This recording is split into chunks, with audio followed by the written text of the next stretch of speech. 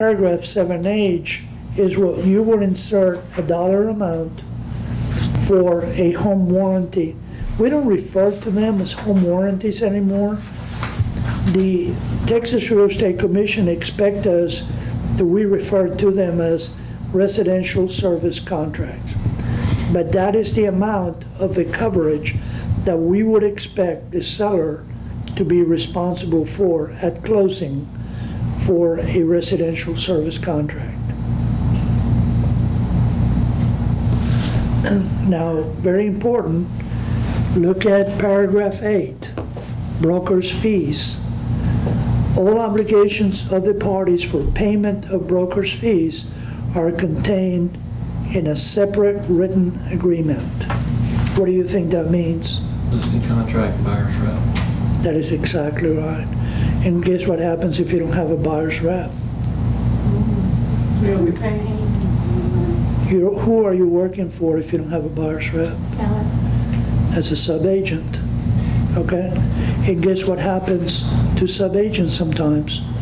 They don't read the MLS. Remember mine? How much do I pay a sub-agent? Zero. Guess what happens? You're not entitled to pay. So you don't have a buyer's rep agreement, then you're working for the seller as a sub-agent. You see the importance of having that agreement signed? It sets the expectations. It protects you in so many ways. It protects you in so many ways. I mentioned to you that a few days before I had the class last week, someone refused to come meet me in the office because in the past, she had not had to do that in other cities with agents. I spent approximately an hour and a half preparing to show. I even made appointments to show properties. But I'd much rather spend an hour and a half than a week and a half or a month and a half with this person. So when they tell me, no, I'm not willing to invest any time to meet you personally and sign a buyer's rep agreement with you, it's telling me from the get-go, you're not going to get paid. You know, so why would you want to do that to yourself? Go back to your desk, get your contact relationship management, code for database, and start making phone calls, reminding people that you are in the business and you will love to help them if they have any need to buy or sell, or if they know somebody who is. See what I mean? You're changing the tables from something that you have no control on, somebody who is not willing to appreciate your services. They just want you to be a tour guide, spend time and gasoline showing them properties they have no intentions of purchasing with you. Okay? Yes. Would it be a good thing to start out home touring with a client in the office, like that day, start it out? That always is a great idea, as long as you don't have a buyer's rep agreement, to meet your clients. It speaks of professionalism. It sets the expectations correctly. It gives you an understanding for what it is that their needs are. You come together at a table, face to face, in agreement that you're going to be seeing these properties and why you're not going to see in these other properties. So Mr. and Mrs. Buyers, please, as we go about looking at these properties, we will come across other properties in the areas that are not on this list. And the reason they're not in this list is because they don't meet some of the specific criteria that you had told me is oh so important to you. So I'm not going to waste your time. So I'm going to remind you right now that if they're not on our list, then the reason we're not going to see them is because they're not going to meet your criteria. Can we agree on that? You know, and please, can we agree that if at any point in time your criteria changes, that I will be the second person to know it, in addition to your spouse? Because that's how we'll know that we're moving in one direction or another. And that's how you will know that I can alert you as to new properties that meet your criteria that enter the market on the daily basis. See what I mean? So to answer your question is, it is so extremely beneficial for everyone that you meet at the office even for just a few minutes. This is what we're going to do. People really appreciate to be in the know. If you're the only one who knows what's going to happen for the next 3 hours, clients don't feel too comfortable. But if you invite them in, offer them a cup of coffee or a glass of water, and say, okay, I'm so glad that you're here. I'm so excited. I have found some properties that I think you're going to really like. Let me show them to you. There's 4 of them. And you do the buyer's report, right? You keep the seller's agent's report because he has more information, right? Mm-hmm. You share with him what you're about to go see it. And you ask for clarification. Is this okay? Do we agree that this property, because I have made appointments for them. If you don't want to see them, please let me know now so that I can cancel those appointments. Because it's so unprofessional to make appointments and then not show up. Because the listing agent and the seller doesn't know why you're not showing up. For all they know is you just forgot or you didn't care and you're not going to be providing feedback.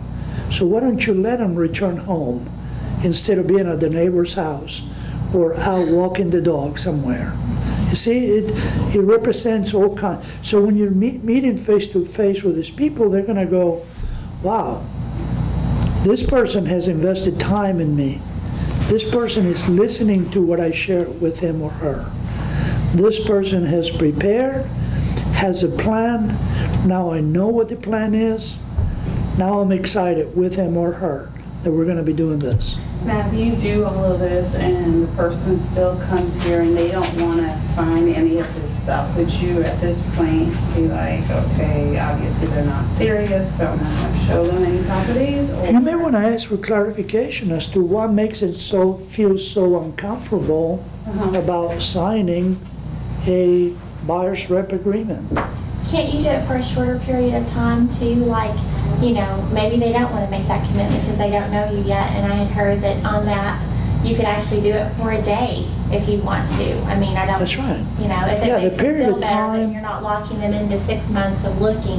Why not? That doesn't protect you. It does for the day. I mean, you know, and then you're going to win them over with your wonderful. But then do you get another one signed? I guess after that. No, you just actually correct the period. Okay. Just change the end. Okay. You feel comfortable with me? You know, you feel that I would be valuable to this relationship. And so people frequently know if you're working in their best interest. You know, they know that you're trying. I just don't want you to go out there. I have seen it so many times. Hey, I have done it. Okay, I have done it because I had faith that somebody would not do this to me. You know, but guess what? 11 years later, I still remember it. It was hard to swallow.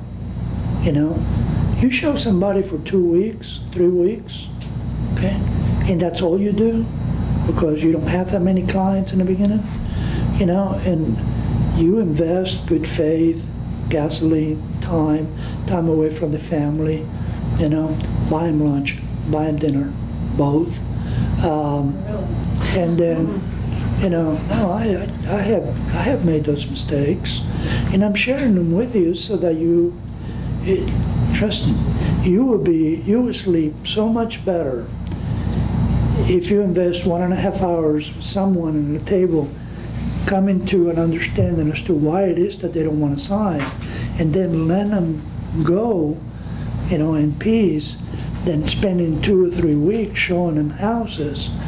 You know, particularly, it seems like the more expensive the houses are, the more willing you are as a new agent to stick your neck out. It hurts when they go. I just had a phone call last week of someone that when I asked them on the phone if they were working with another agent, they said no. So I go and I have my stuff. I'm going to meet them at this first house, and you know, and they loved it. oh my goodness, this is perfect. It's only been on the market 3 days. And I'm like, this is awesome, you know. So when I started talking to them a little bit more, they did have another agent, but she didn't tell me that on the phone.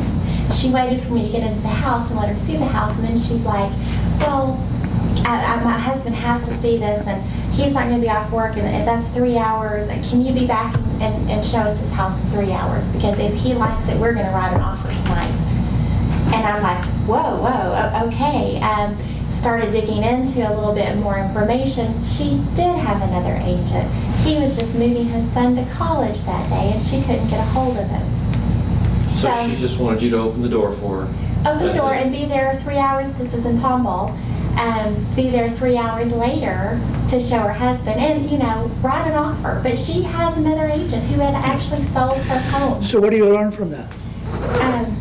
Then I should have gotten more information on the phone. That's right.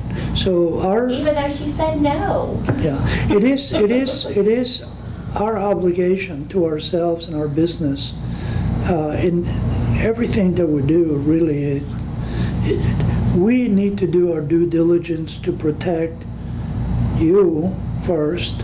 Okay, and it speaks at all levels in terms of safety, financial security, time.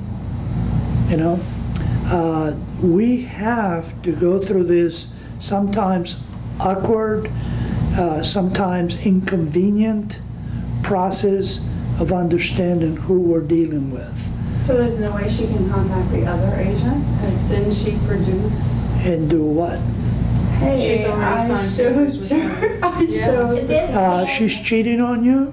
I wanted to. I really do. Because, Yeah. you know, and I'm thinking, it's sad, but she seemed savvy enough to know she wanted to see that house that day. Yeah. And I don't think she was trying to be disloyal, but he wasn't answering his phone for obvious reasons. But She was playing, she's loyal to him. She was playing That's you. right. yes. Here- Although she wasn't giving me any information, Okay. you know, will you be here 3 hours later? And my husband, and she's saying, and if he likes it, we're going to write an offer tonight. Yeah. And I'm like, okay, Yeah. well, I needed more, you know, started digging. It wasn't really her, it was her college-age daughter that said something that I was kind of like, you know. So Here's a red flag. You're a new agent. You're sitting at the property desk.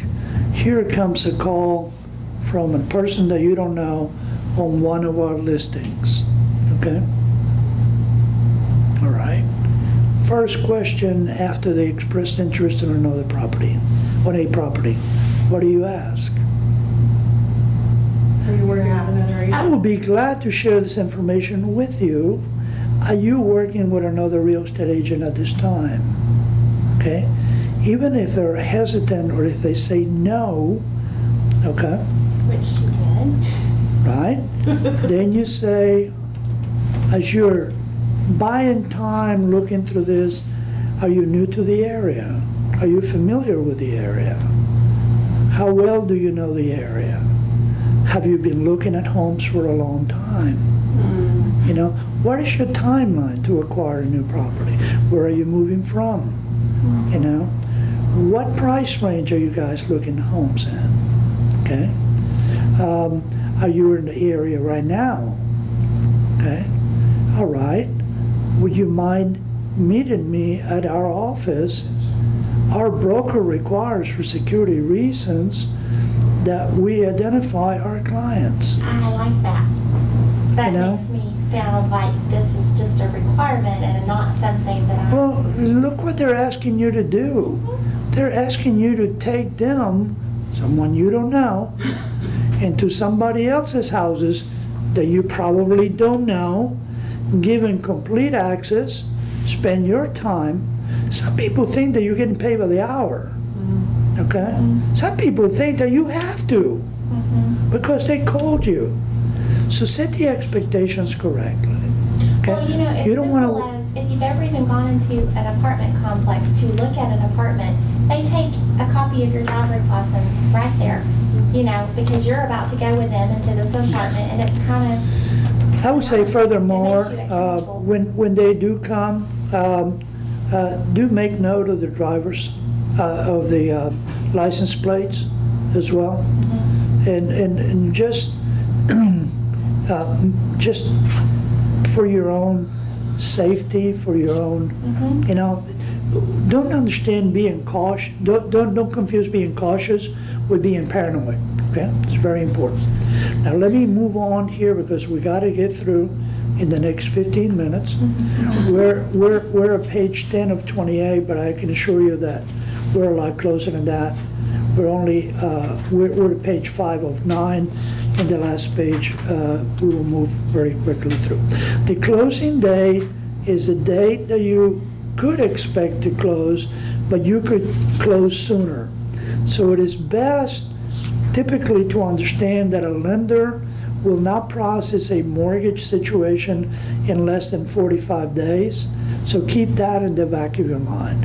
Unless somebody's buying a property for cash, okay, you should keep a 6 weeks period in mind.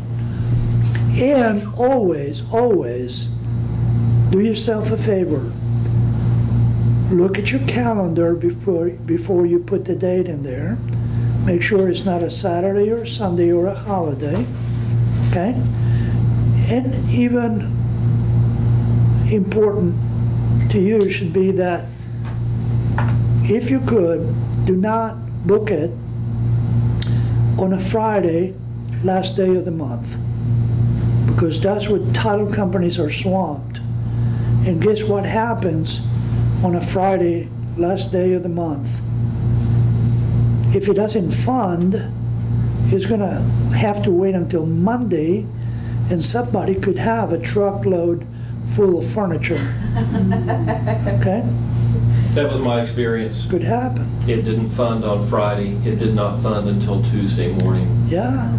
Yeah. 5 minutes. We're 5 minutes from the house in the moving truck with all of our furniture when it funds. So I should take responsibility for that. I should have been more proactive. And was that June 28th? No, this was 2 weeks ago. Okay. Yeah. Yeah. You had to be careful with those. On my home, my personal. Oh, your personal. My personal. I didn't home. represent you. I'm sorry. No, you did not. It wasn't your fault. I blamed you, but it wasn't your fault. Yeah, it's okay. All right. So moving on to possession. Remember that along what Frank just said, possession does not really be expected until the transaction actually not only closes but also funds. Okay. So when you sign the papers isn't actually when you get the key, this when Well, you should not get the keys until the funds. the funding. You could do all the paperwork, then the closer leaves the room with your driver's license or whatever, right? Makes all the copies, sends it to the lender does all the reviewing, then the lender sends back at code, authorization code, to the title company for funding. Until that happens, Right. nobody gets keys, nobody gets access. Yeah. And if it's on a Friday and there's any delay, they could be planning to move in that weekend, and it doesn't happen until, in our case. Oh my! And guess what? Unless it was cash, then you get the keys. Right. You don't have to And funding. guess what's happening on the other side? You may have the truckload for furniture, but the seller was expecting money, a check, maybe to go do something very important, like buying another house, closing the same day, and then No, they can't close. that could really So create a just avoid problem. Fridays, probably. Try to do your best to avoid Friday closing. If you could, yeah, and stay in close communication with your closer. Settlement and other expenses, this is the part, particularly on FHAs, loans, and where there is a contribution from the seller towards closing costs and prepaids. And so 12A1B gets an amount in there, typically no more than 3%.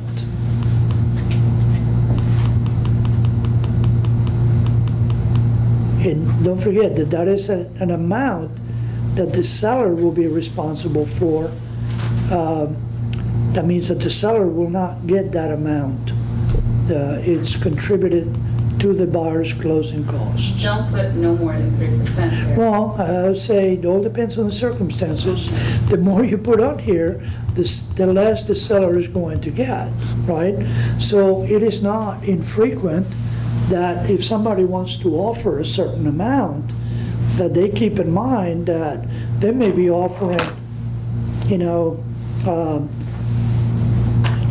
300,000, but if this amount is $10,000, they're really offering $290,000. Does that make sense? Okay.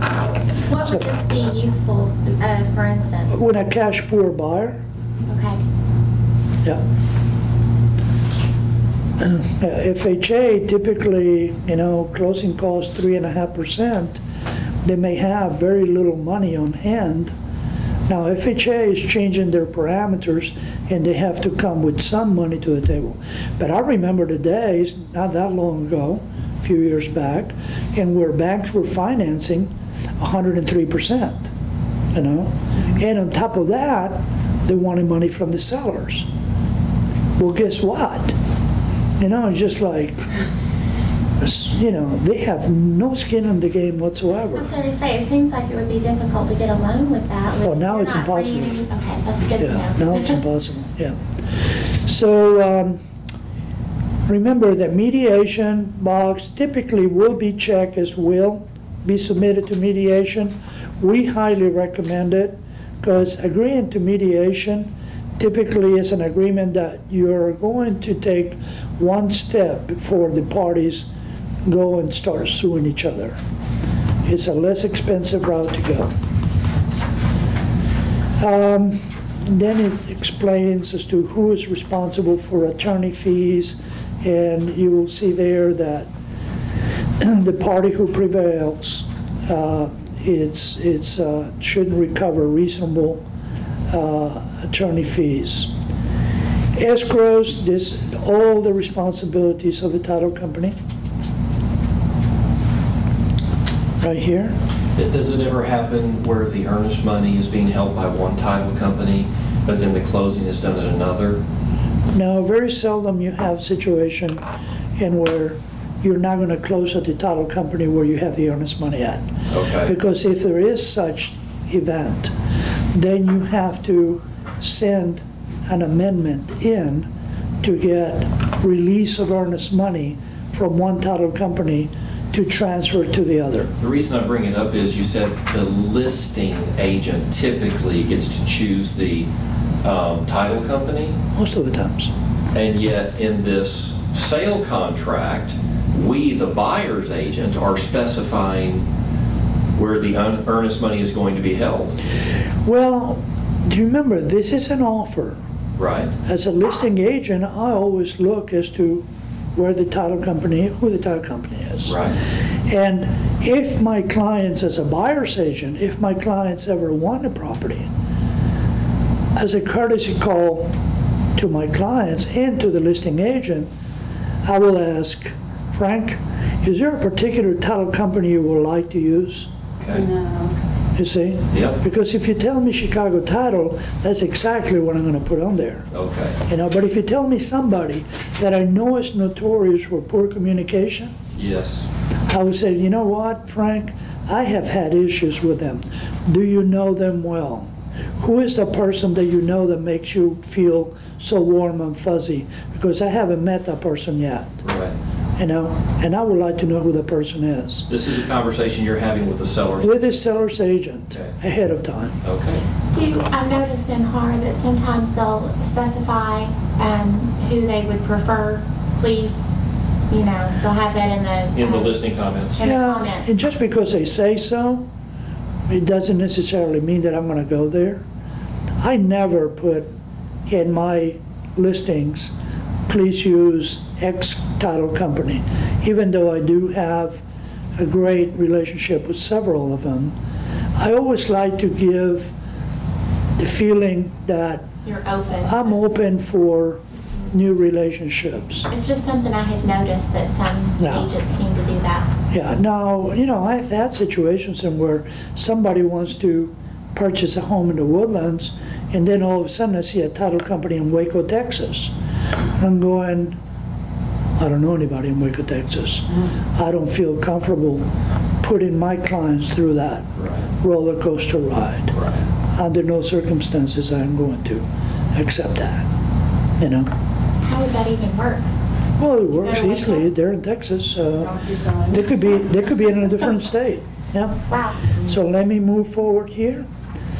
Okay, this is the part where all notices get sent. Forgive me, I have my own template for my own reasons. You should put the buyer, where the document should go to the buyers, if you're representing the buyer, to what property address. On page 8, is where all the addenda gets listed that is going to be associated with it. Notice that the very first one on the upper left corner is the third-party financing addendum, which is, if there's going to be a mortgage, that's where the addendum should fit in. And it's coming right after this. Then you have another area on the left column for the property subject to mandatory homeowners association. So you should check that if you're going to be in one of those areas.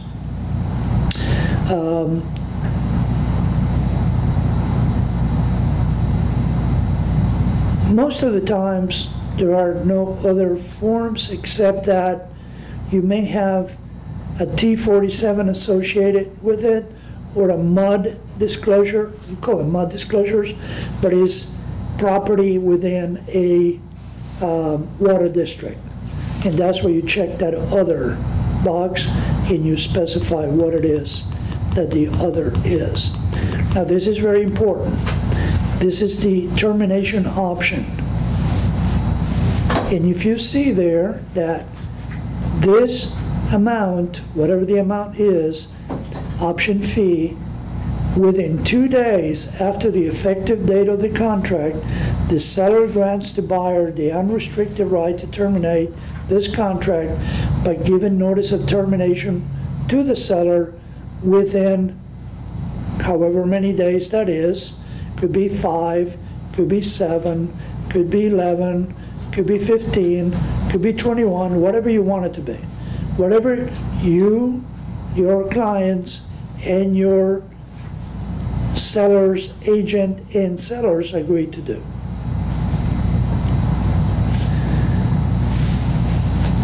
And so here there is a box in where you can specify if the fee will be part credited or not to the sales price at closing. Typically it is.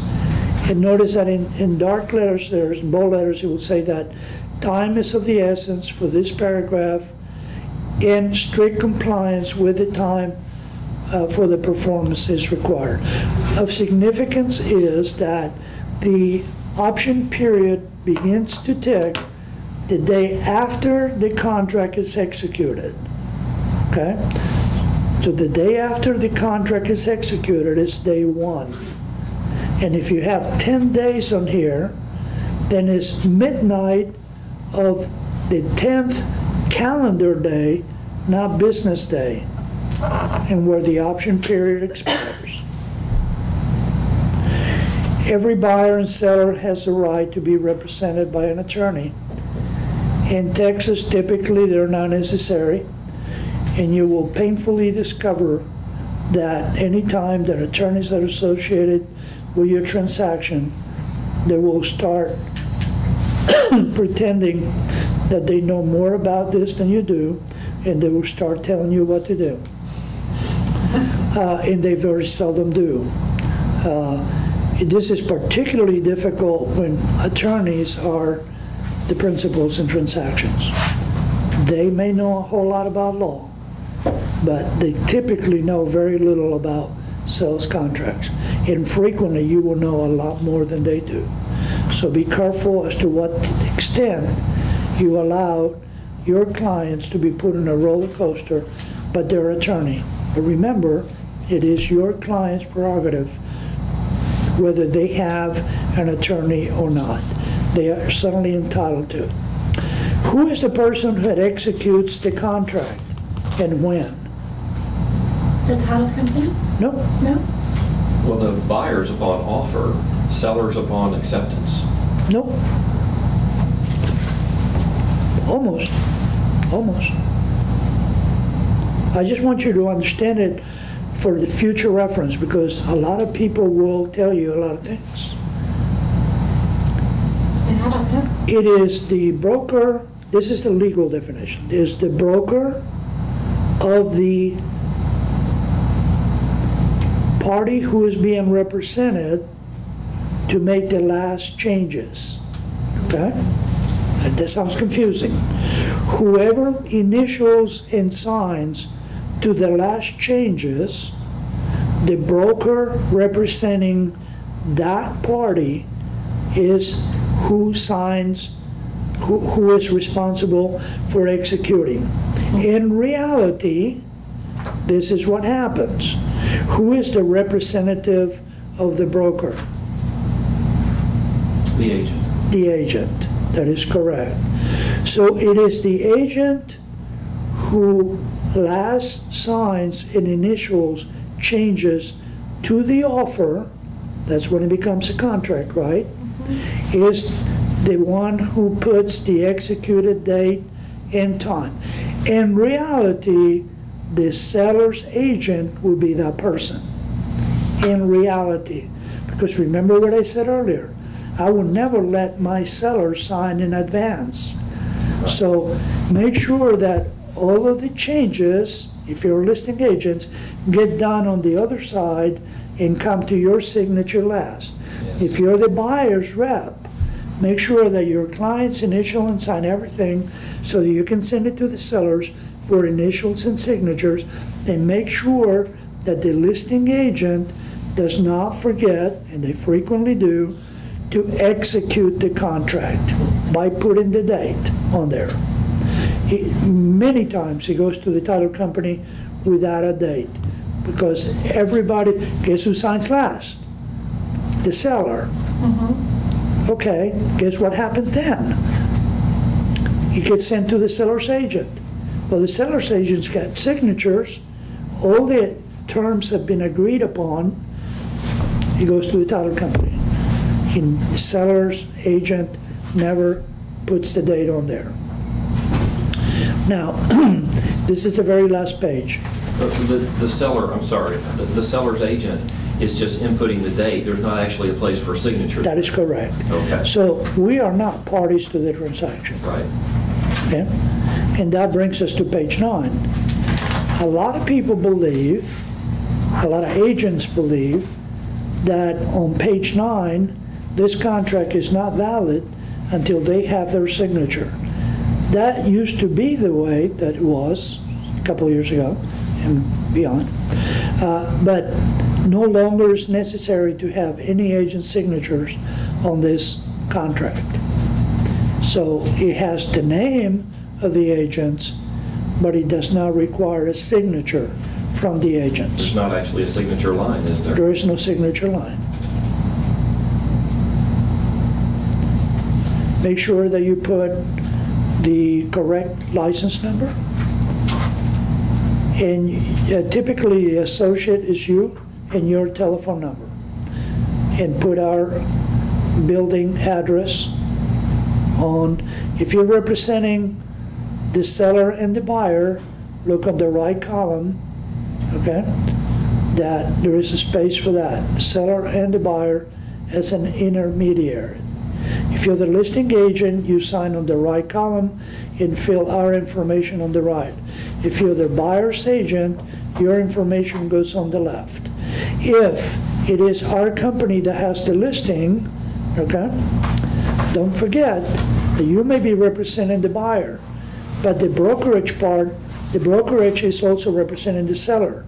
So all the information should go on the right, even if you're representing the buyer. That makes sense? If it is a Remax to Willinson Spring listing, all the information gets filled on the right. Because who is the intermediary, really? The broker is. And then we can have appointments, one to represent the seller and you to represent the buyer. Does that make sense? Okay. So with that, then we have to have option fee receipt, which can be done by the seller or by the listing broker or agent. And the title company is the one who fills out this bottom part. So you could actually end up with an executed contract version in your file without a receipt of earnest money. Make sure that you get a receipt of earnest money from the title company. They just email you the whole contract again. So you may have one version without the receipted part, but once you get it from the title company, this part should be completed by them. Make sense? Mm-hmm. Okay. Then the next form is the third-party financing addendum. Make sure that the amount, okay, let me point out to you that there is a blank on about 3/4 of the way in paragraph 1. Make sure that that area right there gets filled in when you're representing your client with sufficient time for their lender to process their paperwork. Typically it's 20 to 25 days, typically. That protects your client. 20 to 25? Somewhere in there. Yeah. But you wouldn't actually write in a range, you would put in a number. Yeah, I would just put a number in there.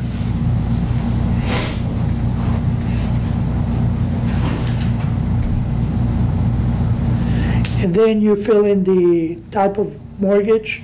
Remember, this is just to give peace of mind to the seller. This really, it's in the area of responsibility of the buyer and their mortgage company. This could change. For the presentation of an offer, it is important that we complete all these forms. If it's conventional, make sure that the principal amount